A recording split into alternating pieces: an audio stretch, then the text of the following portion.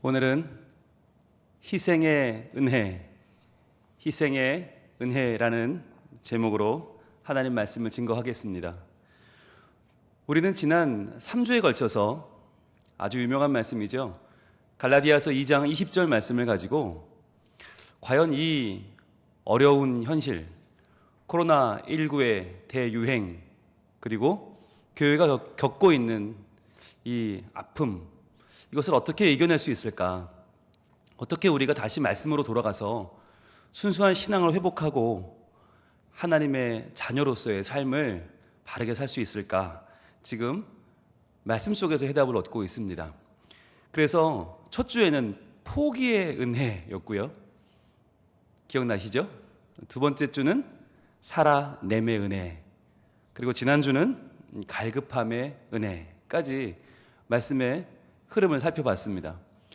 오늘 본문을 통해서 다시 우리가 그 3주의 내용을 한번 짧게 정리하고 오늘의 내용을 만나보길 원하는데요. 함께 볼까요? 오늘의 본문 갈라디아서 2장 20절입니다. 같이 읽겠습니다. 시작. 내가 그리스도와 함께 십자가에 못 박혔나니 그런즉 이제는 내가 사는 것이 아니요 오직 내 안에 그리스도께서 사시는 것이라.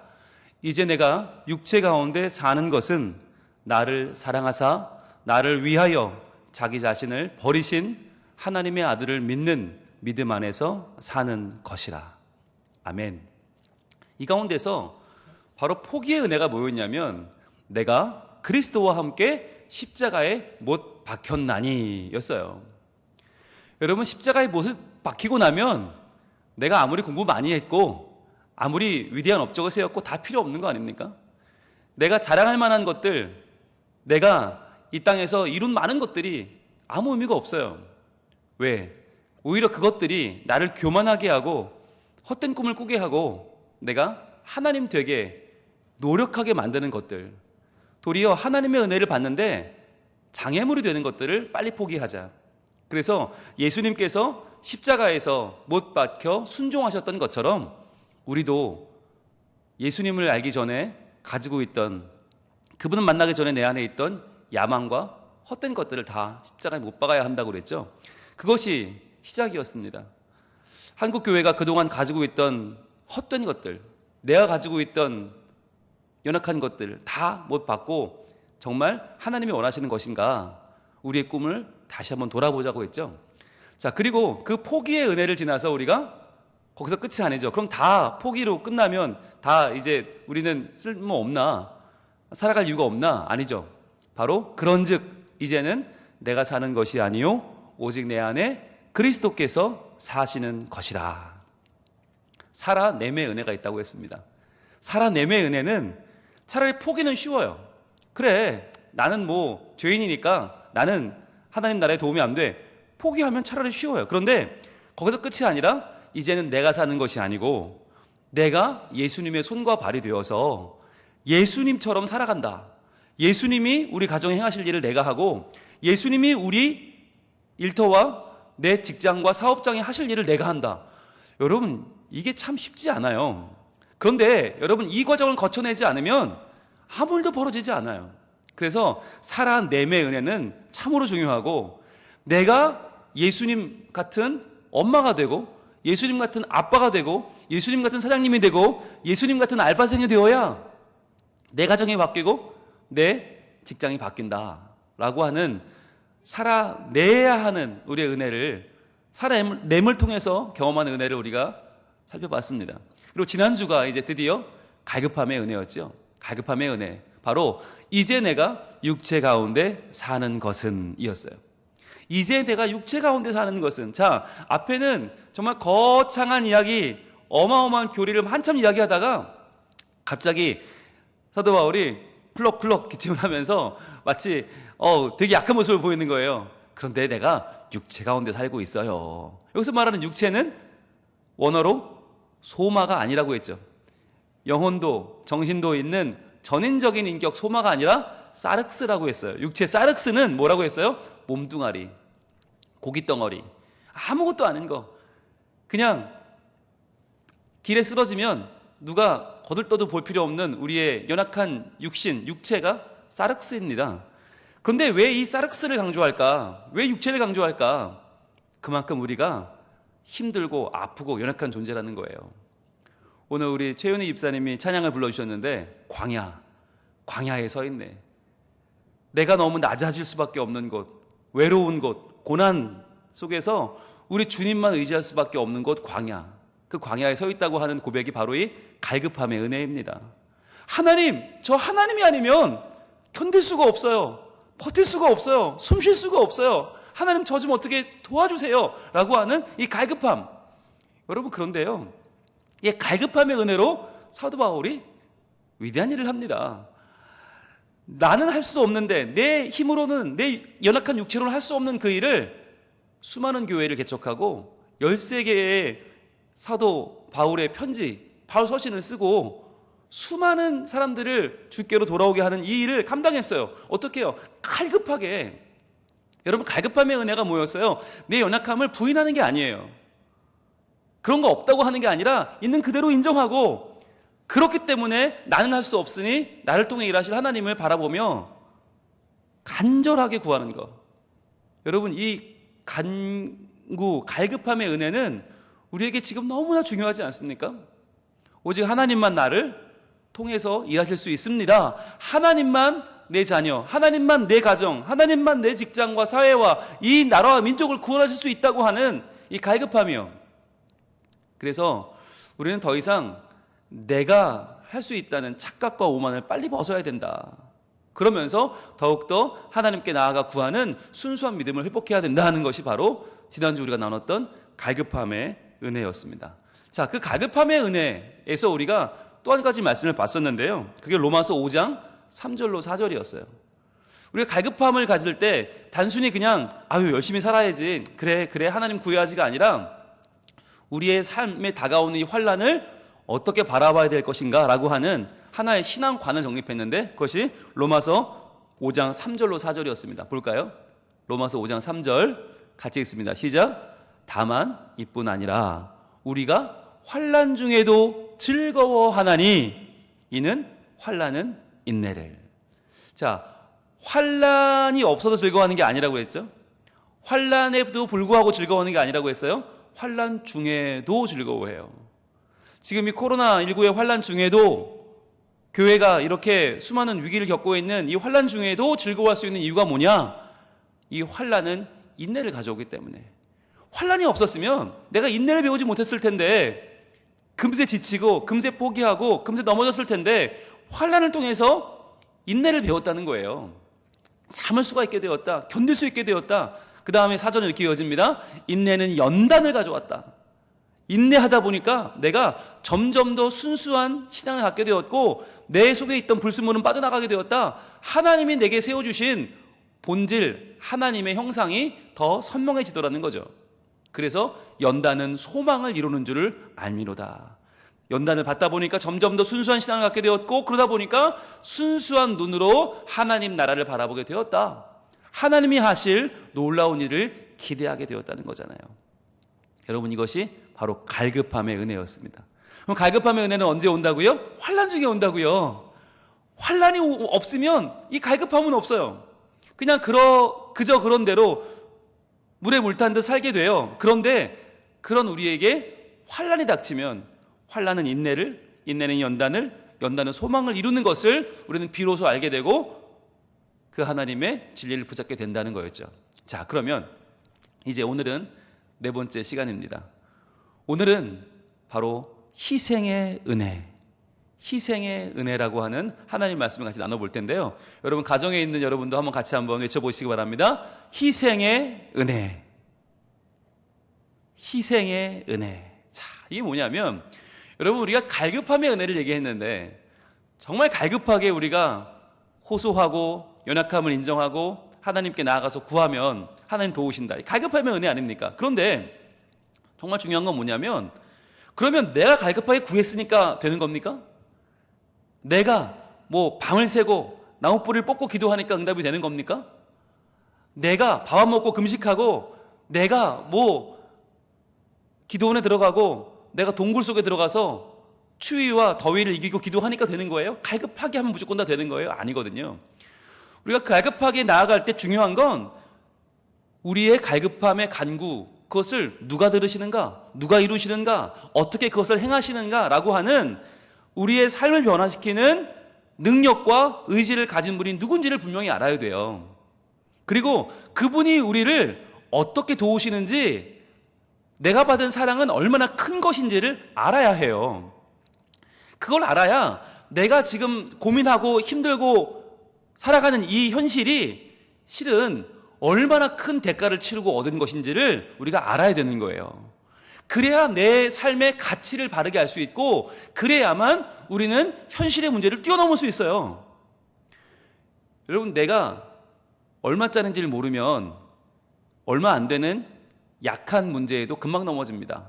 그런데 내가 얼마나 가치 있는지를 알면 우리는 별거 아닌 문제는 그냥 넘어갈 수 있어요. 나는 그것보다 훨씬 더 귀하니까, 훨씬 더 가치 있는 존재니까 우리는 별거 아닌 문제를 넘어갈 수 있는 용기와 소망이 생기는 거죠. 자, 그렇다면 우리가 어떤 존재인가 확실하게 알아야 될 필요가 있어요.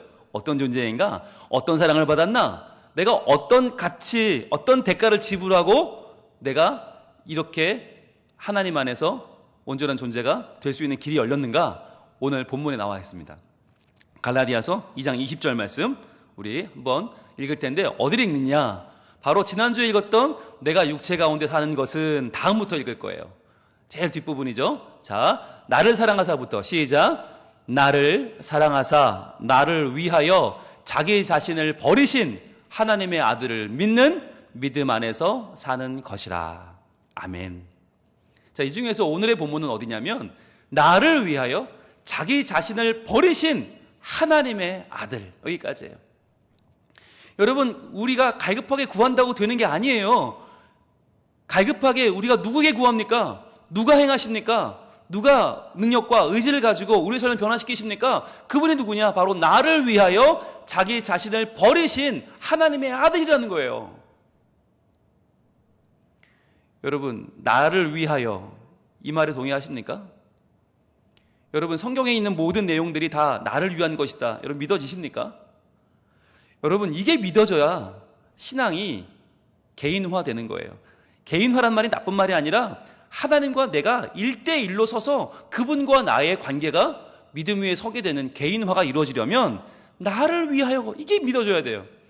그러니까 교회를 가는데 어머니 아버지가 억지로 날 끌고 가서 시어머니 시아버지 그분들 등살에 가는 게 아니고, 뭐 부장님이 가자고 가는 게 아니고, 내 친구가 끌고 가는 게 아니라 바로 나를 위해서 자기를 버리신, 나를 위해서 십자가를 지셨고 나를 위해서 하나님이 이 모든 성경의 진리 역사들을 행하셨다는 것을 믿는 믿음이요. 이 나를 위해서가 중요한데, 그럼 나를 위해서 뭘 하셨어요? 자기 자신을 버리신. 자, 그런데 나를 위하여 자기 자신을 버리셨는데 그게 뭐였어요? 뭐 때문이었어요? 나를 사랑하사였죠. 나를 사랑하사. 나를 사랑하사 나를 위하여 자기 자신을 버리신 하나님의 아들. 여러분, 사랑이라고 하는 것도 생각해 보면, 여러분, 우리가 사랑 그러면 많이 좀 이렇게 로맨스 정도만 떠올리고 말잖아요. 사랑에 별로 감동하지 않습니다. 여러분, 요즘 사랑 영화가 없습니다. 왜냐하면 사랑이 별거 아니라는 생각을 우리 하고 있어요. 왜? 얼마나 많이 속았습니까? 그 사랑에. 사랑하니까 헤어진다, 사랑하니까 포기한다, 뭐 사랑하니까 싸운다, 사랑하니까 버린다. 우리가 얼마나 많이 사랑에 속았어요. 인간의 사랑은 그런 거잖아요. 사랑은 핑계거리밖에 되지 않았잖아요. 여러분, 사랑한다고 하면서 얼마나 우리 많이 어린 시절에 부모님들께 상처받았습니까? 아이가 힘들다고 그럴 때 부모가 나도 힘들어 그러면서 아이의 울타리가 되어주지 않을 때, 아이에게 힘이 되어주지 못할 때 아이들은 그 부모님 사랑에 실망합니다. 부부가 되어서 결혼을 해도 남편이 아내를 사랑한다고 하면서 아무것도 해주지 않아요. 서로 남편과 아내가 서로를 책임지지 않고 방만하게 살다가 결국 그 가정이 깨어져 버려요. 얼마나 많은 가정과 얼마나 많은 사회, 우리 직장의 모습들이 이렇게 사랑이 없습니까? 여러분, 진정한 사랑이 뭡니까? 진정한 사랑은 내 자신을, 오늘 말씀처럼 나를 사랑하사 나를 위하여 자기 자신을 버리신 하나님의 아들, 자기 자신을 버리면서까지도 나를 건지시고 나를 살게 하시는 그 사랑이 필요하지 않아요? 그게 바로 희생 아닙니까? 그런데 우리는 희생이 없는 시대에 살다 보니까 사랑은 악사사리가 되어버렸고 사랑은 핑계거리가 되어버렸어요. 그런데 이러한 시대에 우리가 의지할 유일한 희생의 은혜, 바로 우리가 믿고 우리가 내 자신을 걸 만한 그 사랑의 가치는 누구냐? 바로 예수 그리스도라는 거예요. 나를 사랑하사 나를 위하여 자기 자신을 버리신 하나님의 아들이에요. 자, 그런데 여기서 또 한 가지 중요한 건요, 이 말은 원래 어떻게 표현해야 맞냐면, 나를 사랑하사 나를 위하여 자기 자신을 버리신, 그랬으면 자기 자신을 버렸으니까 예수님 이러든지 예수 그리스도 이러든지 그래야 맞는 거 아니에요? 나사렛 예수 그러든지. 그런데 그게 아니라 하나님의 아들이라고 그래요. 이게 왜 하나님의 아들일까? 왜냐하면 여러분, 예수님을, 자기 자신을 버려 예수님이 십자가를 지고 죽으시는 그 아픔은 실제로 누구의 희생이었나? 하나님의 희생이었다는 거예요. 하나님이 그 아들 독생자 예수 그리스도를 십자가에 죽게 하는 하나님의 희생이었다. 이게 중요하게 강조되고 있는 거예요. 여러분, 이 세상에 희생을 하지 않아도 되는 사람이 유일하게 있다고 하면 그분은 누굽니까? 하나님이죠. 희생이 필요 없는 분, 희생하지 않고도 모든 걸 이룰 수 있으니까. 그런데 그 하나님이 왜 희생을 해서, 왜 그 하나밖에 없는 독생자 예수 그리스도를 십자가에 달려 죽게만 해야만 했을까? 그것은 이유는 하나죠. 바로 우리의 죄 때문이죠. 우리의 죄는 예수 그리스도의 희생이 아니고서는, 피 흘림이 아니고서는 우리의 죄를 씻을 수 있는 길이 없었기 때문입니다. 그래서 우리는 내 온전한 죄, 머리부터 발끝까지 모든 생각, 모든 사상, 모든 내 뜻이 다 죄에 찌들어 버려서, 죄에 오염돼서 도저히 살려낼 수 없는 나를 위해서, 나를 살리기 위해서 예수님이 십자가를 질 수밖에 없었고 하나님이 자기 아들을 희생할 수밖에 없었다고 하는 이 사실을 우리는 정확하게 기억해야만 우리의 가치를 이해할 수 있고 이 어려움을 이겨낼 수 있는 거예요. 어느 전도사님이 설교를 준비했다고 합니다. 이 예수님의 십자가, 이것이 얼마나 귀한 것인지 하나님의 마음을 전하기 위해서 설교를 열심히 썼대요. 자, 그런데 이 와닿질 않는 거예요. 맨날 하는 십자가 설교가 이게 뭐 자기도 믿어지지도 않고 별로 와닿지도 않는데, 이걸 전한들 성도들이 뭐 은혜를 받겠나 싶어서 한참 고민을 하고 있는데 전화가 왔습니다. 받아보니까 어느 집사님이 신방을 요청하셨어요. 갔습니다. 갔더니 집이 으리으리합니다. 너무너무 좋은 집이에요. 너무너무 부잣집이에요. 가니까 아이 하나가 막, 아이가 놀고 있습니다. 자, 기도 제목이 뭡니까? 그랬더니 집사님 얘기가 그런 거예요. 목사님, 제가 병원 다녀왔는데요, 제가 이제 아이를 낳을 수 없대요. 그래서 저 불쌍한 것이 이제 혼자 자라야 돼요. 이 큰 집에 혼자 자라요. 너무 불쌍하죠? 그랬더니 이 전도사님이 그러네요. 아이고 어떡해요. 그러면서 같이 이제 예배를 드렸다고 합니다. 위로하면서. 자, 그런데 예배가 끝나고 이 집사님이 그런 말씀 하시더라는 거예요. 전도사님께. 전도사님, 아이 셋 있으시죠? 아들이 3명 있으시죠? 아, 그렇죠. 근데 키우기 힘드시죠? 그렇죠. 박봉에 얼마나 힘드세요. 아들 셋이 얼마나 많이 먹겠어요. 그거 키우기 힘드시죠? 하나만 저 주세요. 그러는 거예요. 하나만 주세요. 그 제일 큰 아이, 장남, 걔 똘똘해 보이던데, 걔 공부시킬 자신이 있으세요? 그 아이 저 주시면 제가 잘 키워서 해외에 있는 유학까지 다 시키고요, 최고의 대학 나오게 해서 제가 참 잘 길러보겠습니다. 전도사님, 그 큰아이 저 주세요. 그러더래요. 와, 이 순간 이 전도사님 마음이 어땠겠어요?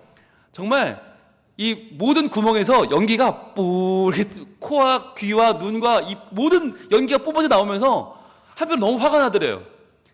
아니, 돈도 없는 주제에 잘 키울 자신도 없으면서 무슨 애를 셋시키나 나가지고 이렇게 애들 고생시키냐, 이런 말 같아서 화가 막 나고, 그러면서도 또 그 말이 맞더라는 거죠. 그렇지, 내가 어떻게 애들 셋을 제대로 기르겠나. 이런 부잣집에 아이 하나 보내면 잘 키워준다는데, 이 화도 못 내고 너무 막 진짜 막 머리가 복잡하고 너무너무 머리가 아픈데, 이분이 지혜를 내서 이렇게 말했답니다. 집사님, 그 아이는 저 혼자 낳은 아이가 아니고 우리 아내와 함께 낳았으니 제가 상인을 한번 해보겠습니다. 그리고는 집에 오셨대요. 자, 그리고 그날 집에 와서 애들 셋이 놀고 있는데, 야, 그렇게 애들이 짠하더랍니다. 불쌍하더랍니다. 아무것도 아닌 거 가지고 셋이 싸우고 막 엉켜서 놀고 있는데 그 아이들 보니까, 야, 참 부모 잘못 만나가지고 아이들이 참 고생하는구나.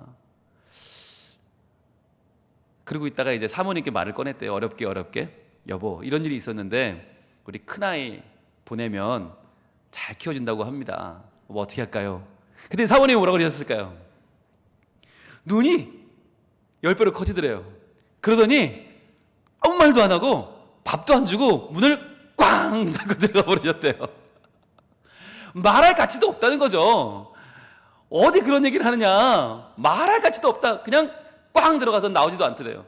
그 다음날 새벽 기도를 나와가지고 목사님이 새벽에 얼마나 억울하고 얼마나 서럽든지, 이런 일 당하고 살아야 되나, 내가 와 정말 아무리 없이 살아도 그렇지, 아무리 어려워도 그렇지, 아들 내놓으라는 소리를 듣고 너무너무 억울하고 서러워서 기도를 하는데 눈물이 펑펑 나오더래요. 그러면서 하나님 억울해요 기도하는데, 그때 하나님의 감동이 밀려왔답니다.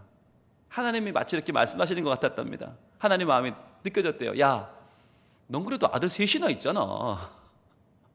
야, 넌 셋이나 있는데 그 중에 하나 달랬는데 그게 그렇게 너 서럽고 억울하냐?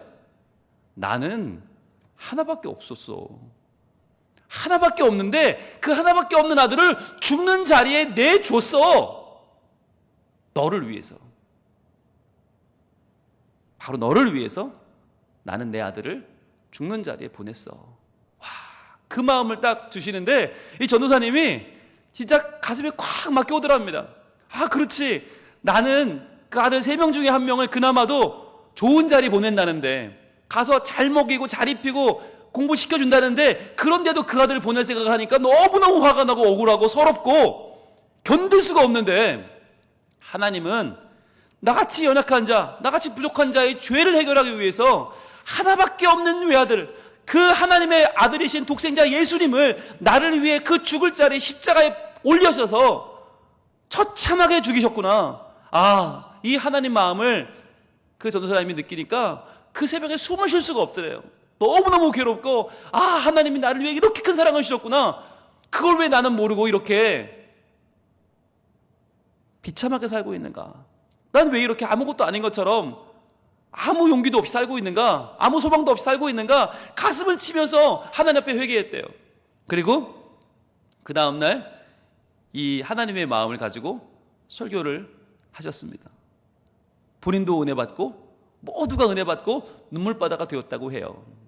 여러분, 이것이 우리를 향해서 하나님이 행하신 하나님의 아들을 우리를 위해서, 바로 나를 위해서 십자가에 죽게 하신 하나님의 희생입니다.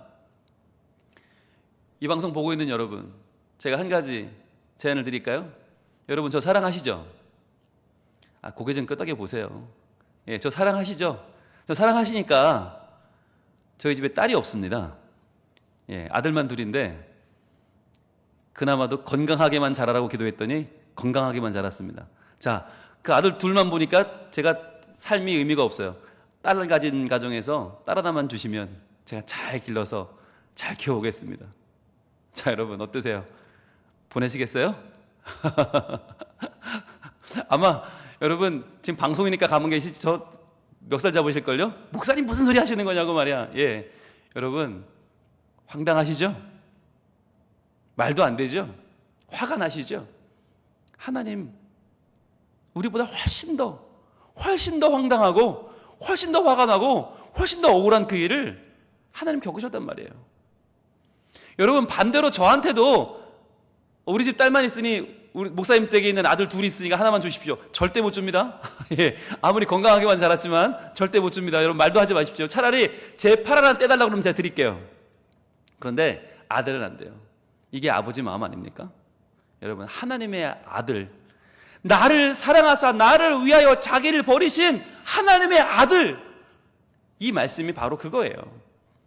여러분, 지금 한국교회가 어려움을 당하고 있습니다. 손가락질 당하고 있고 비난받고 있습니다. 우리도, 예수 믿는 우리도 참 주변에서 이해할 수 없다. 왜 그러느냐? 그런데 여러분, 우리가 왜 그럽니까? 왜 예수 믿습니까? 왜 교회 나옵니까? 왜 신앙을 가지고 있습니까? 이 사랑을 받았기 때문이에요. 부족한 나, 연약한 나, 죄에 뿌린 나를 위해서 둘도 셋도 아닌 독생자 예수 그리스도, 그분은 십자가에 죽게 하시고 나를 위해 내어주신 하나님의 아들이, 그 사랑이 있기 때문에, 그 희생이 있기 때문에, 우리는 그 사랑을 받았기 때문에, 내가 그만한 조체고, 그만한 존재고, 그만한 브랜드이기 때문에 나는 세상이 뭐라고 해도 이 신앙을 포기할 수 없는 거예요. 누가 뭐라고 해도 알았습니다, 교회 안 나갈게요 할 수 없는 거, 내가 예배 포기하겠습니다, 교회 이제는 그만 나가겠습니다 할 수 없는 이유가 뭐냐? 내가 너무 큰 사랑을 받았으니까. 예수 그리스도의 그 희생이 나를 여기까지 오게 했기 때문에 우리는 포기할 수 없고, 도리어 이 시기 동안 더욱더 하나님의 그 큰 희생을 우리가 붙잡을 수밖에 없는 것이고, 그 희생을 붙잡고 다시 일어나야만 하는 것입니다. 그래서 나를 살리신 하나님, 그분의 놀라운 희생과 그 사랑에 부끄럽지 않은 삶을 살아가는 것, 그것이 바로 우리가 이제부터 살아가야 될 내 삶의 길인 것이에요. 어떤 분들 말씀하십니다. 이제 하나님 앞에 어떻게 나아가야 할까요? 힘도 없고 지치고, 이제는 정말 예배하기 어렵네요. 그런데 여러분, 언제는 우리가 내 힘으로 나아갔습니까? 내 잘남으로, 내 가치로 나아갔습니까? 아니요. 주의 보좌로 나아갈 때에 어떻게 나가야 합니까? 나를 구원한 주의 십자가, 그것을 믿으며 가는 겁니다. 주의 보좌로 나아갈 때에 나는 여전히 부족해요. 그러나 나를 품으신 주의 그 사랑이 있기 때문에 그것을 믿으며 가는 거예요. 자격 없는 내 힘이 아닌 오직 예수님의 보혈로, 자격 없는 내 힘이 아닌 오직 예수님의 보혈로, 십자가의 보혈, 완전하신 사랑 힘입어 나아갑니다. 십자가의 보혈, 완전하신 사랑 힘입어 예배합니다. 여러분, 나를 믿는 거 아니잖아요. 언제는 내가 예배할 만해서 했어요? 언제는 내가 힘이 있어 버텼어요? 아니에요. 십자가의 사랑, 십자가의 보혈, 완전하신 사랑 힘입어 하나님 앞으로 더 가까이 나아갈 수 있길 원합니다. 나를 위해 흘리신 그 십자가를 믿으면서 다시 한번 주의 보좌로 나아갈 수 있기를 원합니다. 그렇게 나아갈 때 우리는 이 위기를 견뎌낼 수 있습니다. 버텨낼 수 있습니다. 그러면 이 환난 중에서 우리는 인내를 발견하고, 인내는 연단을 소망을 이루는 하나님의 놀라운 꿈과 비전이 우리 삶 가운데 이루어질 줄로 믿습니다.